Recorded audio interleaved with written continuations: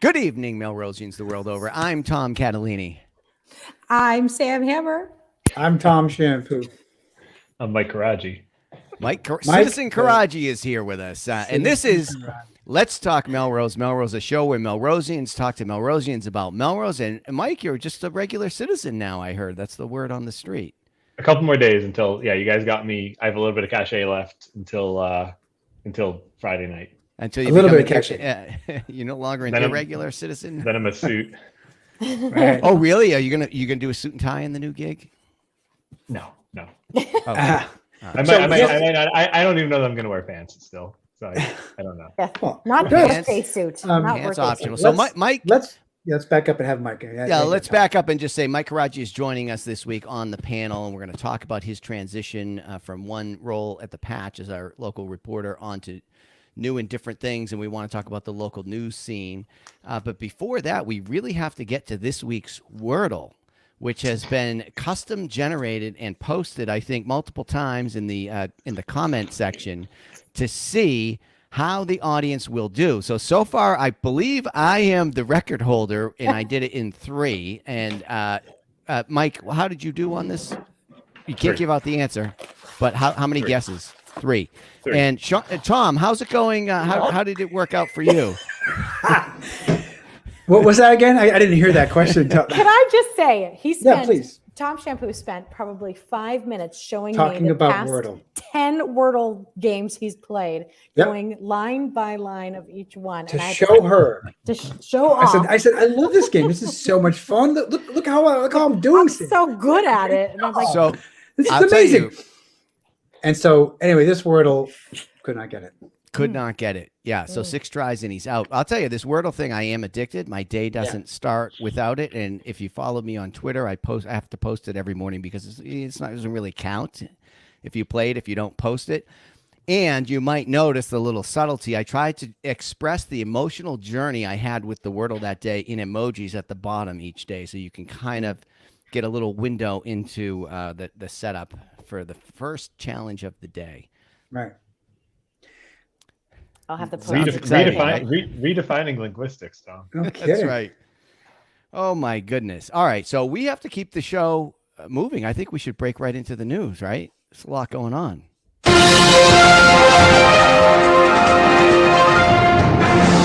And we have the newsman here himself with us tonight. But Sam, what's the rundown? What's the first thing? Oh, God. Can you turn it down? Sorry, the TV is very loud down there. Local woman. Neighbors complain of local women. If you're free on Thursday, March 31st, and looking for satisfying employment, there is a job fair at Melrose High School for the public school system. So I was a public high school teacher. That was probably the best job I'll ever have in my career. And if you're, looking for satisfying and engaging work, this is definitely it. So I just posted the link. There's a Google form in there. You put all your interests. So that's to get a job in the high school system or in the Melrose public school system? In the public schools. Yep. Okay. Yep. Okay. Great. Yeah. But it's not just teaching, as it's everything, right? I mean, it is every position you could think of in the school district, from what I remember hearing. You're probably accurate. I clicked the link. I got nervous and I clicked out of it real fast. But it's a very satisfying job. And again, I did high school, which was amazing because they're adults. They're human. Well, they're trying to be adults, and you can launch them off. So highly recommended. If you haven't done it in your life, you should be a teacher. So. Yeah. Do I have to keep going, or is anybody else going to read? Yeah. Maybe. I don't know. Does Mike or Tom know about the Trivia Bee? I'm out of the loop on the Trivia Bee this year. Only what I saw coming around after the fact. So that's happening this Saturday, right? So is it too late to sign up? It already happened? It happened on Saturday night. Yeah. Oh, how was it? I don't know. We didn't do it, but there is a winner. The Gillespie crew, Garrett Gillespie and his crew over there came in first place. I think it was called TBD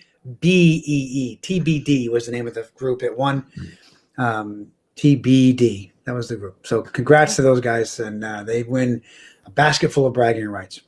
That's amazing. And if you want to win some additional prizes, the Trivia Bee silent auction is the best in town. And here's a link. And the best prize in the best auction in town is this one right here.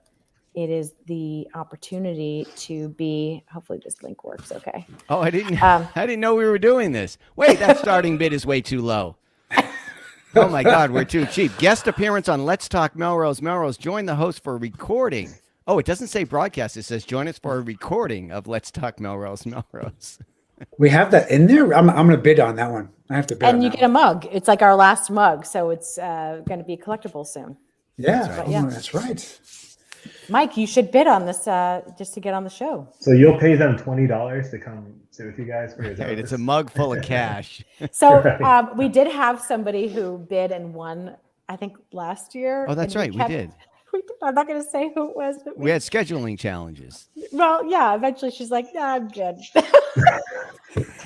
Right. I watched a few episodes. I'm all set.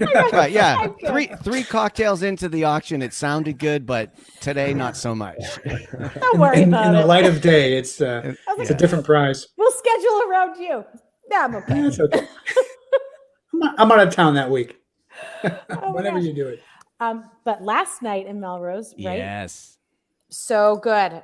If you talk about it, I'll get the pictures going. Okay, so we had Julie Nolan on the show previously, and she was promoting a comedy appearance at Rising Eagle last night. Yeah. So it was just as a fundraiser for a school where her children went, and just a great cause. And Sam and I and Mr. John Hammer, Gail Inferno was there. Actually, Kathy Tudley. We saw a bunch of people from town. Yeah, Everybody nice. in there, her friends from college, and she did a great performance, commanding the room. It started early, around 6:30, but the place was packed on a Monday night, wall to wall. It was cool to see. So Julie did great.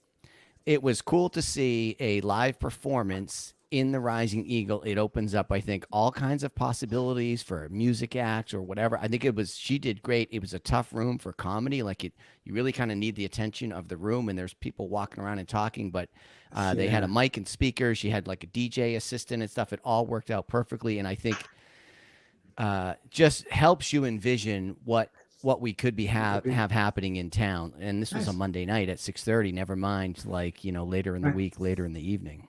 Did she acknowledge the LTMM effect? Like, in other words, when she was on the show, did she say, "This is why Monday night's busy at the Rising Eagle"? Thank you very much, everybody. Yeah, it's one of those things that's known but not often explicitly talked about. But that was an LTMM vibe was in the air for sure. Yeah, I'm just wondering. Silliness. Yeah, I'm asking, put it this way. asking for a friend. Put it this way: Sam and I didn't have to buy a drink all night. Wait a second. I did buy the drinks all day. Oh, that's right. Well, I didn't buy any drinks. There you go. And then while we were there, we got this. We sent a picture back with these thumbs up because we were so proud of these two. Oh, look at that. Look at that. Commissioners. Congratulations, Mrs. and Mr. Mrs. Commissioners. Commissioner. Mrs. and Mr. Yes. So our own Linda Apple was appointed and confirmed. What's that the word? To the Human Rights Commission last night. Thank you, Linda, for doing that. She already seems to do a lot of that work around town. And She does a lot of that around town. Gets a title with it. Yeah. And Tom, what about you? I was appointed or confirmed or okayed, I guess, to be on the Historical Commission last night. I don't know if there's one final step to step it, but that's what it is. I'm looking forward to it. I'm really excited about this. I do have a little background in historical museums and archives and research libraries, including in genealogical research libraries. So I do have some background in that. And I was telling Sam before, and I also have a real appreciation for my own unique story, my family history, and that there's a real connection for people because as different as our stories are from each other, they're also very similar to each other. And I think that that's a unique aspect of what brings people together. And so I'm hoping that we can use that on the Historical Commission from a town perspective. The town has a story. The town has an interesting background and history. And And it's not just connecting to that, but to seeing your place in that. That's how I feel. Tom, did the other side of the aisle have a big smear campaign against your? There was. Or? I came out of that okay, but it was, talking about me behind my back and all that stuff. It's terrible. Right. Politics. He's too nice. He's too nice. So who else got confirmed with you last night? There were two others. I can't recall the last names, but there were two others, George and Kim, a woman named Kim. So there are three of us that were appointed and confirmed last night. So we'll have some new folks on that commission, and I'm looking forward to it. One thing, as everybody knows, my love of the Fells, the Middlesex Fells is actually a part of that as well, because the history includes archaeology and open space like the Fells. And so because Melrose has a large portion of the eastern part of the Fells, that falls under the category of historical preservation. So.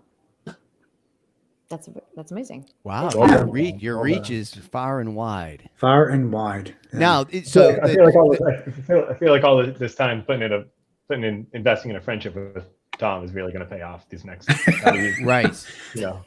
He's right. got this. I'm not buying a drink for the next 3 years. That's many reasons. Or could it have the opposite effect? I mean, these two come home last night and they go, "Well, good evening, Commissioner. Good evening, Commissioner." Put the feet up. I saw the glasses of wine in that photo. I mean, that's a sense of accomplishment and privilege, maybe comes with this. A double showing of the picture. Wow, that's impressive. Anyway, so I'm happy. I am. I'm glad to help serve in some small way. I think we're lucky to have you both on these commissions, and everybody else who stepped up. I mean, it really is an asset to the community, and there are a number of commissions. We were talking to Gail and Mike maybe knows this. We were talking to Gail and Ferner last night. We're like, how many sort of commissioners and appointees are there? She threw around numbers like 150. Like there's a lot of there's like 21. I think there's 21 committees and commissions, and so if each one has 6 or 8 or 10, whatever they are, right? Yeah. So, well, a lot of them. It's interesting because a lot of them have, some have a bit more power than others, and a lot of them are more appointed than they're not elected, and so obviously that's part of what you're voting for a mayor for, that they're going to be making in a city council, that they're going to be making the right selections and appointments and all that stuff. But it is interesting sometimes you think about people who are making important decisions for the community, not one vote cast in their name exactly. Right. Interesting thing to think about. Right. Not suggesting that Tom, not suggesting Tom's going to torpedo the town. He could. Well, he's got some power. Well, actually, so you're on the historic commission. There's also a historic district commission, which maybe wields a little more power downtown. Yes, our commission is the historical commission, not historic. Historical commission. The historic district commission has a lot of final say in what goes on down there. Right. Like if you want to add a structure to your building or do some renovation, like you have to get their approval. And the other one that comes to mind is, of course, the liquor commission when you mentioned that. Because I don't know if the New Mexican place ever got their liquor. I think license. Santa Fe's still trying to get a beer in there. They were on the. I missed what happened, but I think last week they were on the liquor commission agenda. So it's I think that it's funny, they're actually applying. I think they're opening they either applied or they're opening in Malden, and I'm thinking they're one city away, and Malden's going to give them as much free reign as they want with the liquor. So it's interesting to see what they're going to do. Maybe they're I tell you, I've been drawn over the line in recent weeks, and I've been hanging out in Malden, and they got some good stuff going on down there. They do in terms of drinks and food and live entertainment and live music. Yeah. Things like that. So listen, we should maybe segue into our main segment, which is, talking to Mike Carraggi about his transition and about these news items we're all talking about. And honestly, one of the places I get a lot of information has been the Patch and your work, Mike. And it's online, it's up to date. You get the email alerts. We could all critique the Patch maybe in a number of ways, but your announcement about moving on is that's really something that's missing. So it would be great if you could just tell us for a minute, reiterate what you posted online, maybe where you're going to, and then the big question is somebody going to be assigned to the Melrose beat, as it were, for the Patch? Yeah, it's definitely bittersweet, and I appreciate what you said, and I agree with, obviously it's an imperfect system, and we might get into that later, but yeah, so I've been a reporter in one shape or another, or an editor, or whatever, at the Boston Globe, at the Everett Herald when I was in high school, for over half my life now. I just turned 33 this weekend, Oh, and me too. I think there must have been a delay on that, a few decade delay. And so I was looking at kind of what my next step might be, maybe in the world I'm in now, maybe teaching. I have been considering a bit lately. But I kind of talked to Patch, and I said, I'd really like to do something a little bit, a little less day to day, kind of just trying to always push us forward a little bit, like providing the news, which is great. But we're really constrained at Patch, and just the local media landscape is really constrained by every day it's just you grind as long as you can, as hard as you can, as fast as you can, and the next day it's just the same thing, and you're never really moving forward. I mean, we definitely grow an audience in Melrose, we get a lot of page views in Melrose, we sell advertising in Melrose, but we're not solving this local news problem. And my coverage is imperfect, our structure is imperfect at Patch, and so what I'm doing is I'm actually moving to product at Patch. And product, means a lot of different things in a lot of different companies. For our purposes, it's really how to align sort of all the departments at Patch in a vision to get the news to readers in a better, a more convenient, readable, and just a way that it's more like I'm really going to be impacting how you get the news, not exactly the news that you get. So maybe the emails that you see, I think our email layout isn't strong, and I would love to work on our email layout and really bring everyone together. And how do we make it profitable, of course, because we're a business, but how do we make it more readable? How do we make it more engaging for the reader? That's just one example. Our user generated content where people comment on our website, that needs a lot of work. How do we work on that? And so I'm going to be working on some of those bigger picture things, and kind of bringing some different departments together and addressing some of these problems that we've had for a long time now. It's heartbreaking to move away from what I've been doing forever, especially in Melrose. I really appreciate it. I think that the fact that it is going to leave a bit of a hole.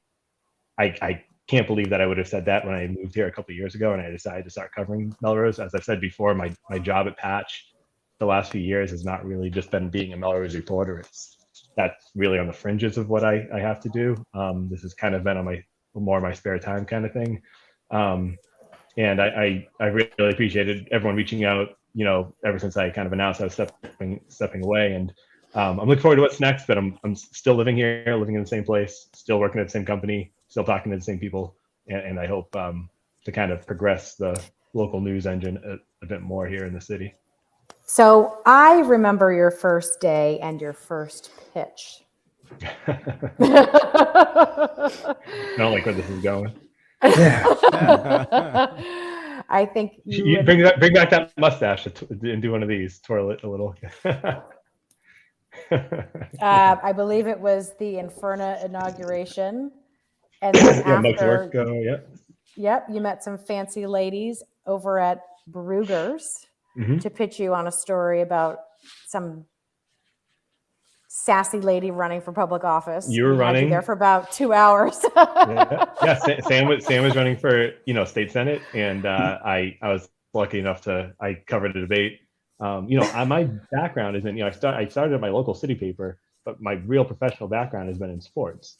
And when I was at the Globe, I was a sports reporter. Now in Massachusetts, sports, the Boston area, sports is the news. There's not sports news and news. It's just news.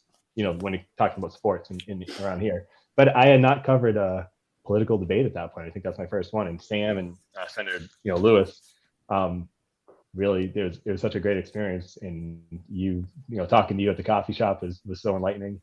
Yeah, it really was. And I think the first real big Melrose kind of controversy or whatever that I covered was, Mike Zwerko, the counselor, was elected city council president, and kind of by right was supposed to elevate to mayor when Rob Dolan left, but the council kind of did a 180. They hadn't exactly affirmed that vote just yet, and obviously it went to Gail Inferno, who had her run as mayor. And and she was great to me too. Gail, everyone I've ever worked with here in Melrose is, everyone in every office has always been, for the most part, pretty fair to me, and I've always appreciated that. So is somebody going to fill in the Melrose beat, or is that left open for a bit? Yeah, hopefully not for a bit. I mean, so we have, the way Patch is organized is where most reporters will cover like 5 towns at once. I mean, even me, even with my unique circumstance, I still covered Wakefield, not as extensively as Melrose. I still covered Stone a little bit, Burlington a little bit actually, which is a bit further up. And so we'll have someone kind of, extend over, because thankfully, what we've built here in Melrose has been a very large audience. It's an important Patch. It's an important website for us. It's an important audience. So they're going to really put their best foot forward, and you can actually kind of trust that they will put their best foot forward and trying to find someone who's going to get you guys the news and going to engage the readership, because we've built something. So, but there's no one on deck who's going to be the full-time reporter yet. We're looking for it where we've got, if you guys know someone, if anyone listening here knows someone. Oh, the costume department responded today. Look at that! Wow. I'm Clark Kent and a so I'm gonna, as someone who lives here, and I'm now a reader, and that's it. I mean, as far as editorially goes in the news, I'm just a reader, and so I'm gonna be pushing, my company to make sure that I'm well informed, that you guys are well informed. So it's. Right. So here's the thing: since you've been doing this, sorry, Tom, but it's the value proposition has been clear to me. So I've been in Melrose for, I don't know, since like '98, so 20 something years. Help me out with the math, Tom. You can help me with that. But there was there were always the weekly newspaper before the Melrose Weekly came out, and the Patch thing. It's like, okay, whatever. It's like a BuzzFeed news thing, whatever. But then I tell you, I came to appreciate the value of the timely reporting. Yeah. Because by the time the printed paper comes, a lot of stuff is already in the past, and the timeliness of it is a little addicting and exciting. Probably gets the ad sales up or whatever. But it also has real value. And the other thing, like this mascot debate, the Red Raider thing is happening. And I'm trying to pay attention. We've talked about it on the show, but you had an article, I think, last week where there's a 3-hour meeting, and you could sort of pointed readers to like the 2.5 minutes that was interesting. So I read your article, then went to the Vimeo thing for MMTV, who does a great job covering it, but I could sort of dial right into where you pointed me to and watch kind of the most compelling part of that meeting, and that's just super valuable. And that's like the next day, like within 24 hours, MMTV's got it posted. You've got an article out there, and that's happening. So if you're inclined or want to participate, I just think there's a lot of value to that I'm worried about will be missing. We've had our struggles in the news research department here, which has basically been completely founded on your Patch coverage. And so we're worried about that. So I do. The paper is. Well, I was just gonna say that when you talk about like alternatives, there's a local news desert, and it's been, if you pay attention, people have been talking about it for a long time. I mean, there's legislation about it. There's, everyone says, well, there's no more. Everyone always says, well, things are gonna go online. Newspapers are gonna go away, and I don't know. I mean, things are already online, and newspapers are already going away. Like, we're already there. And there's a dearth of just reliable local information, and it's so much more important, I think, for the foundation of just democracy, not to be dramatic about it, but then a lot of the stuff that we do read, and a lot of where a lot of the money goes for local for journalism, national journalism, the foundation is here in Melrose. I mean, Patch does have a great audience. We have a good infrastructure. There's lots to improve on, but the Melrose Weekly News. I mean, I love a good weekly, like a local weekly. That's where I grew up working at, and the Melrose Weekly News and the Free Press. If the Free Press kind of, they actually changed their name recently, and they cover like a bigger area. If they can get their head on straight, I mean, they've got the ability to cover the news in Melrose and give you guys kind of a good product, give me a good product. But what people have to do, like readers, yourself, and everyone else who's interested in this stuff. People have to read the news. Like, they have to click and engage, and it's not just like click as in, hey, do this clickbait thing. It's just the economics of it right now, where people have to click on the news. People have to subscribe to the paper. People have to read it and not just scroll past the headline, goof around on Facebook and say, I feel this, this, and this. If they're not engaging with it, I mean, you don't really have to pay for that much news in Melrose. MMTV, and you can always, it's such a resource for myself and for local reporting. I mean, what you guys do is such a resource.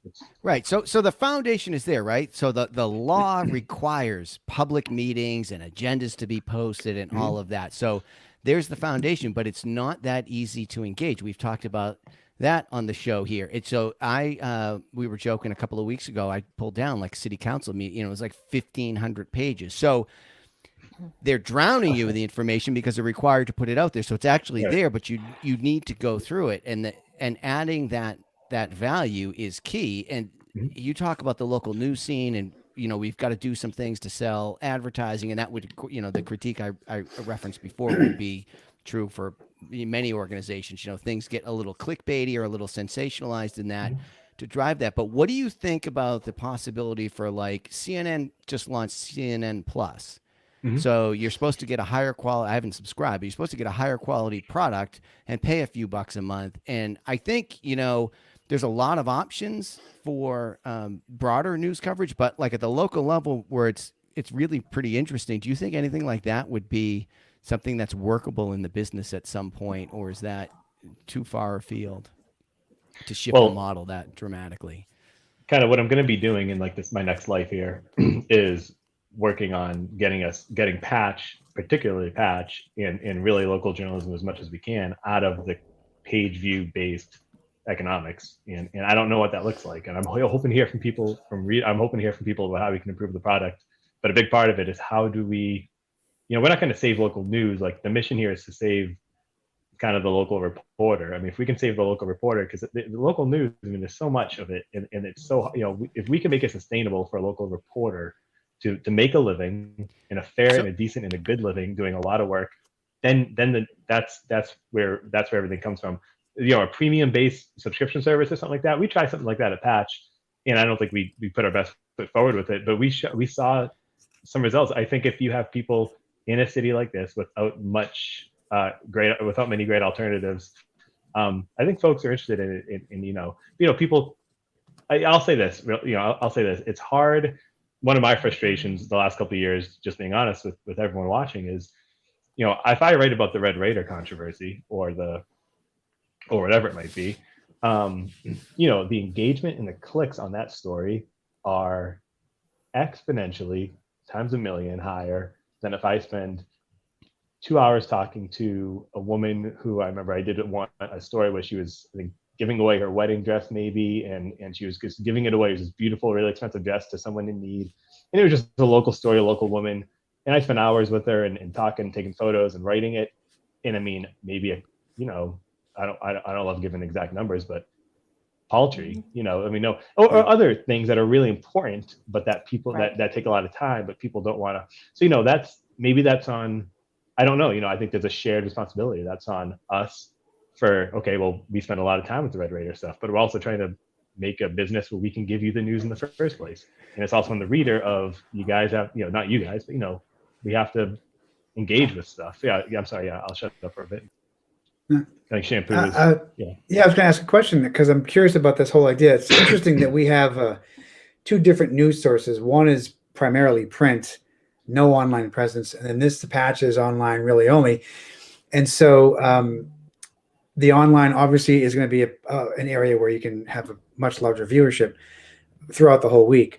But I was wondering about the fact that you mentioned people travel to different cities to cover 3, 4, 5 towns. But what does that mean for the product in each of those towns? In other words, it seems like Melrose is very active with the Patch, a lot of readers, a lot of activity, a lot of comments. And then is it the same or different for other towns nearby? And how do you kind of make that worth the effort, I guess, if you're covering a story in Stoneham, but then is a much smaller viewership or readership there? How does that all work for the Patch? My best work in Wakefield, my most in-depth work in Wakefield, and the one that I'd say I could show a Wakefield resident and say, hey, look, I had your back. I was covering you guys the whole way through. The Wakefield Warrior mascot, where they were changing from the Native American logo, and the Broadway Crossing, where they had the horns. I don't know if you guys ever talked about it here, but the train horns that were going 24/7, and people were going crazy about. there were other stories to cover, and I did cover them. But when you're stretched across several patches or several communities, you have to be strategic about how you spend your time and your effort. And again, it's not people always say you just want the clicks, you just want the clicks. You want to have a sustainable business so that we can deliver the news. Well, and okay. if I could, go ahead. Right.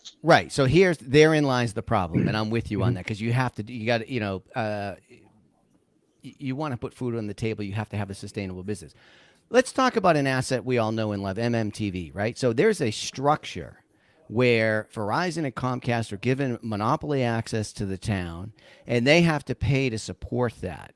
And MMTV covers municipal meetings, so on and so forth, certain things. And it doesn't matter if one person watches them or not. It's there. Could there be a local news structure where a portion of the city budget or money is added to the library budget or something? What I like about this idea is, like, the city pays to sort of keep itself in check, almost, to run an independent department. Some other funding structure, right, to make this not rely on page views and clicks and whatever. We're turning over, especially me, over the next couple of months, and however long this takes, was turning over every rock to figure out how to get it away from page views and clickbait, or clicks. I hate saying clickbait, because clickbait always, to me, represents you're writing about something and there's like you're lying about it or something like that. I mean, I always write about hot button stuff, maybe, that I always think is very fair and accurate. And I'm perfectly okay with that. To your question, to your question, I don't. It's a thin line, because how independent can the news source be when it's being funded by the city? That's why a lot of that's why there is legislation to help grant. I think it's grant. A lot of local news, kind of to revitalize this industry. There's so many local news through Patch. We have an extension called Patch Labs, where we'll find like really good local reporter in a kind of this news desert. They're trying to cover their town. We'll help them monetize it, make money, and live in their town and cover it. Just them, 1-to-1. That's been something that's worked for us. But so there are different ways we can go about it. When the city's funding it, it can get dicey. I mean, I don't know. But the city funds the library. They can't tell them what books to have or not have, or I'm making this up. I don't really know this, but theoretically, there's a structure. But I mean, this may or may not be true. But I could imagine that that's not impossible, where you could have some independence through funding. Maybe you create a separate entity, organization that doesn't report up it might to be the a solution. mayor. Sure. It's at first blush, obviously, all these things take so much time and effort to think about and think through. At first blush, it sounds like a potentially imperfect solution, which we have a lot of imperfect, but imperfect solutions. It's down the way the internet has changed commerce in every single avenue of life is just If we could just go back to like paying a premium or paying for the product that they value. I mean, I make a contribution monthly to ProPublica. I contribute to investigative journalism through Reveal. Like, I pay for these programs and for these things that I truly value, because I get so much value from that. On the local level, I can only guess what your local budget is, but I feel like in a different world, or in a shifted world, if we were to know that to have a local reporter in Melrose running stories for the Patch is $100,000 a year. But the people would, nice. Well, whatever. Let's say 200 just for fun. If we knew what that costs as a community, we would find a way to crowd fund for that value. And what I'm saying is, it's for the common good. So like, I'd be willing to pay for a subscription, but then you don't want to lock out other people from access to the news. Like, it's a public good, like the library, like streets, like other things. So anyway, I'm just spitballing here, but it would be nice to imagine that. But I guess maybe to speak to you as a product guy, maybe that sparks some ideas in what you're developing. And one of the questions I had for you along those lines, are you thinking about anything like Podcasty, which is another, like a local podcast would be another thing that would be cool to dial into? It's funny, I thought about ways to stay connected to the local news scene and personally, maybe doing something along the lines of, I don't know, a little bit different than the way I do it now, because I wouldn't have the same restrictions I have, and I'd have a little bit more freedom. But yeah, I'm really going to try to step away from just to focus on the new gig. As far as a company goes, or some solutions go, we've talked about that stuff, and again, it all comes down to just how do you. I hate saying monetize it because it sounds dirty, but it's just monetizing things. It's practical. I mean, unless the money's going to fall from the sky, we have to figure out how to get people, not readers necessarily, advertisers, like it has been through the ages. How does NPR work? Did they get federal funds? I know they run Yes. campaigns and all that, but Yes, and through campaigns, through contributions and sponsors and grants, private corporate grants. Yeah. They have a pie. They have a pie of all different kinds of funding that they do. One of them is that campaign that they run on air, and then other sources of funding too, and also in federal funds, as well. So what should we do? What do we do now? And while we're waiting for somebody else, what documents should we be downloading? Also, wait. I think now's a good time to pre-introduce our intern. So we are working with the Melrose High School internship program. We have an intern that starts, I think, next week. Very sharp kid. And I think we have them for 4 hours a week or something is the commitment, Sam. So what would be good assignments to, for the average citizen or for a prestigious media property that has an intern to keep their finger on the pulse? Wash my car. There's some stuff to pick up downtown, a couple of errands downtown. What else do we have? These,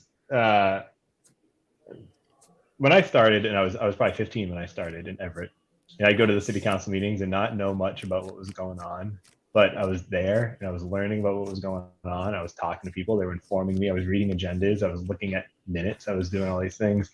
That did more for me than it did for the city. I don't know what real service I was performing for the city at that age. But that and covering local high school sports was really was how I kind of cut my teeth on things. And I mean, listen, the average citizen, you guys, I say you guys, there's so much access to what's going on in Melrose as far as, it's not perfect. And I don't think they're purposely obstructionists in anything, but, MMTV is everywhere. MMTV covers a lot.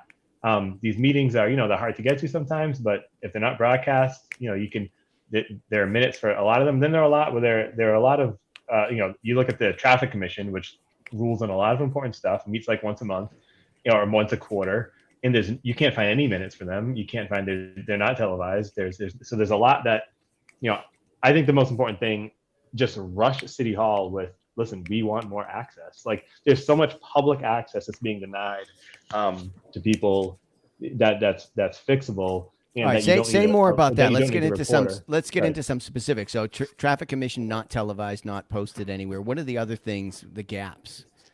The Board of Health, even in a pandemic, and not just in Melrose, I'm going to include some other communities too. Right. Even in Melrose, you couldn't during the pandemic when everything had to be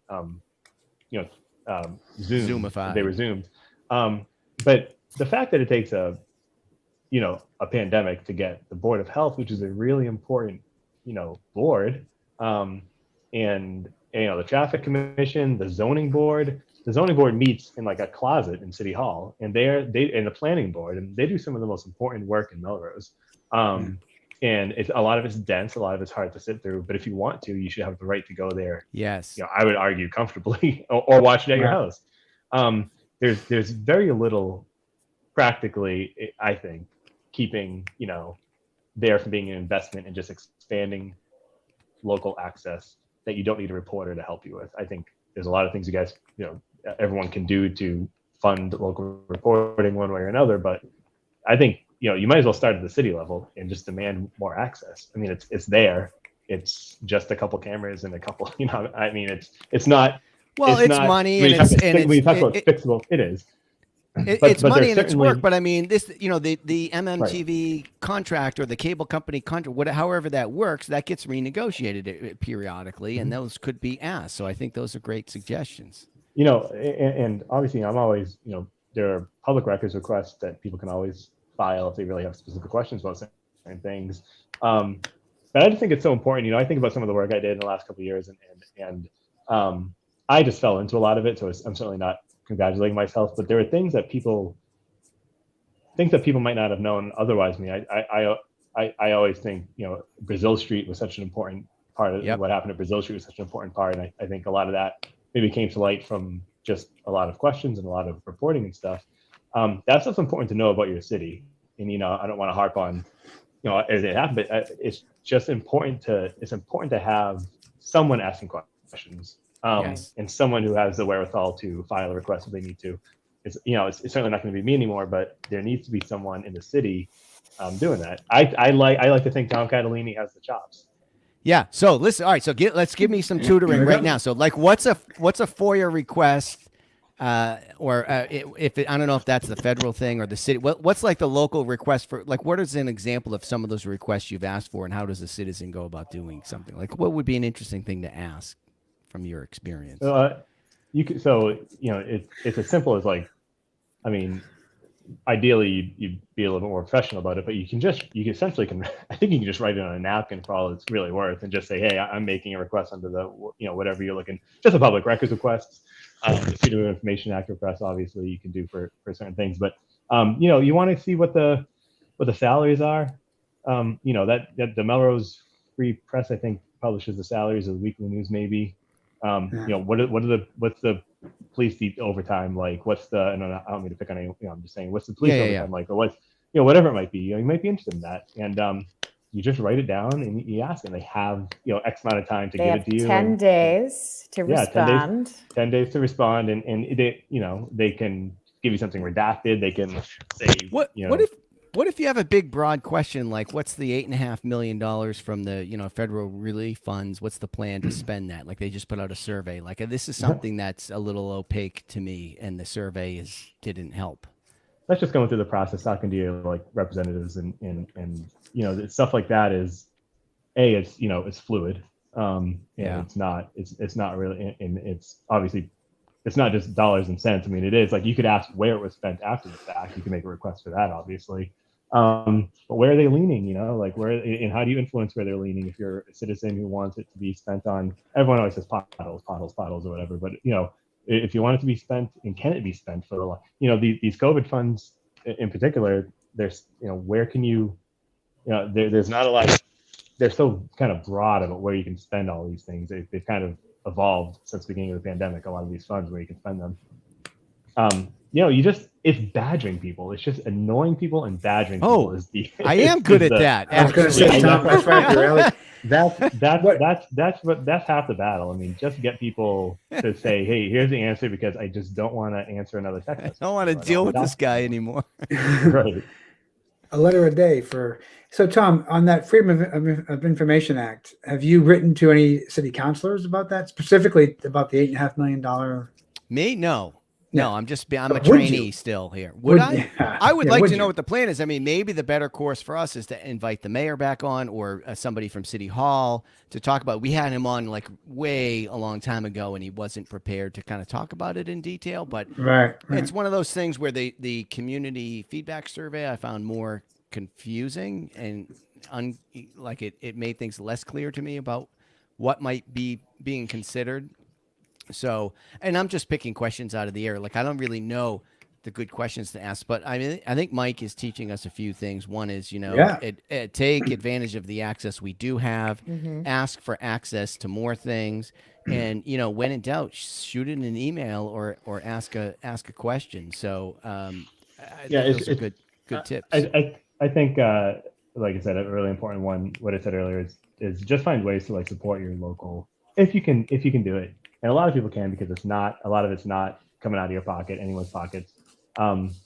Just find a way to support your local. I've always been very open and transparent about, I support the weekly news and the Free Press 100%, and anyone else who's trying to get local news people. It's one city. There's 29,000 people in it. There's plenty of news to go around for 1, 2, 3, 4, 5 outlets.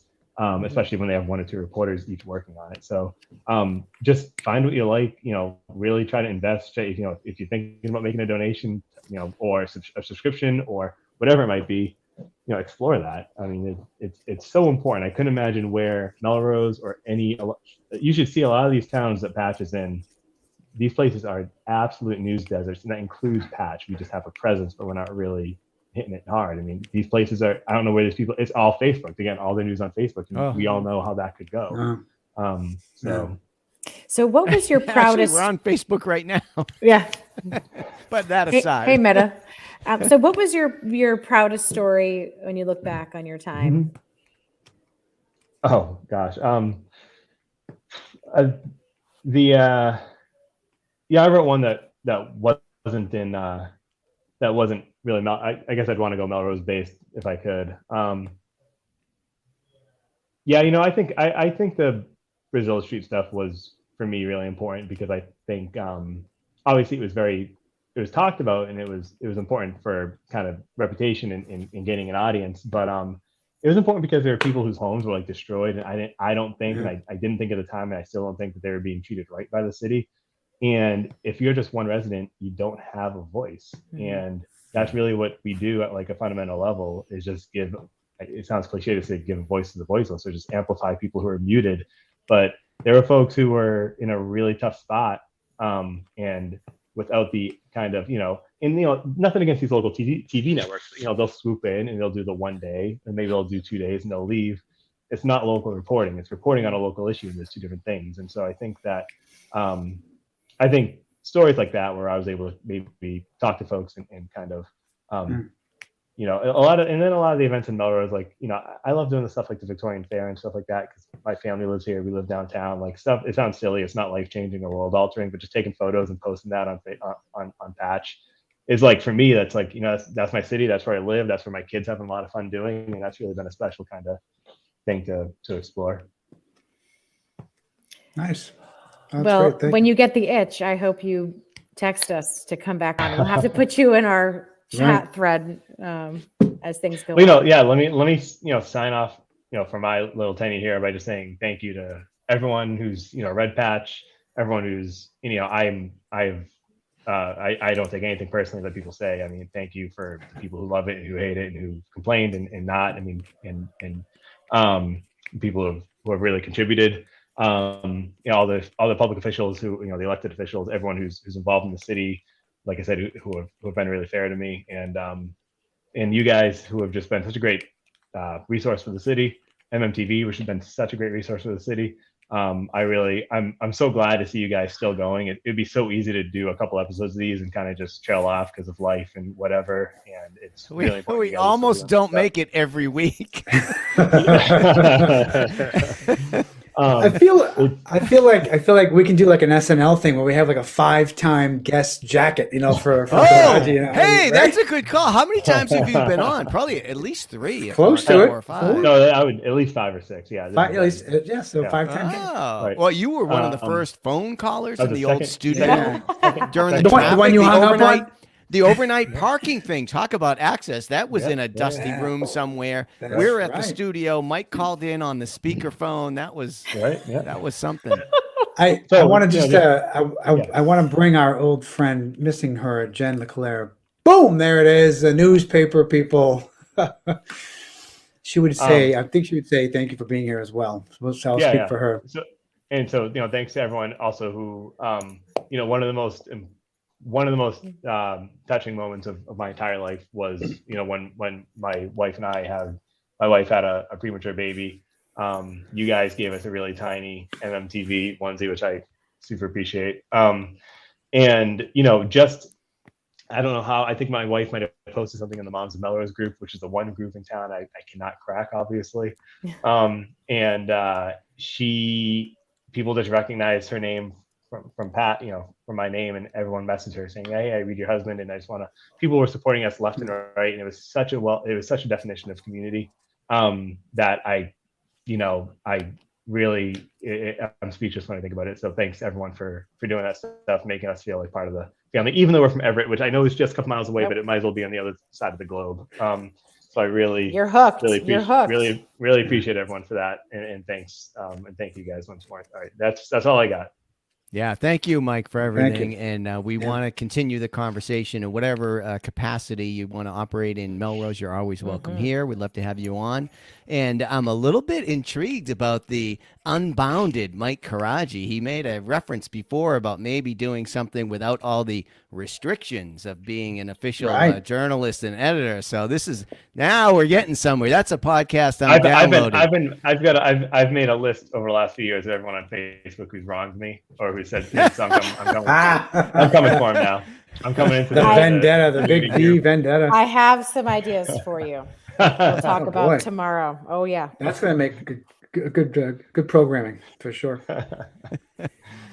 All right. I think that's a wrap, right, team? Yeah, it feels like Thank it. you. Thanks, Mike. All right. You're the best. Thanks, guys. Mike. Yeah, You're moving thank you, on. guys. You're Mike, moving thank up. you. But we Good will luck. still Don't hang up. we will No. still see you around town.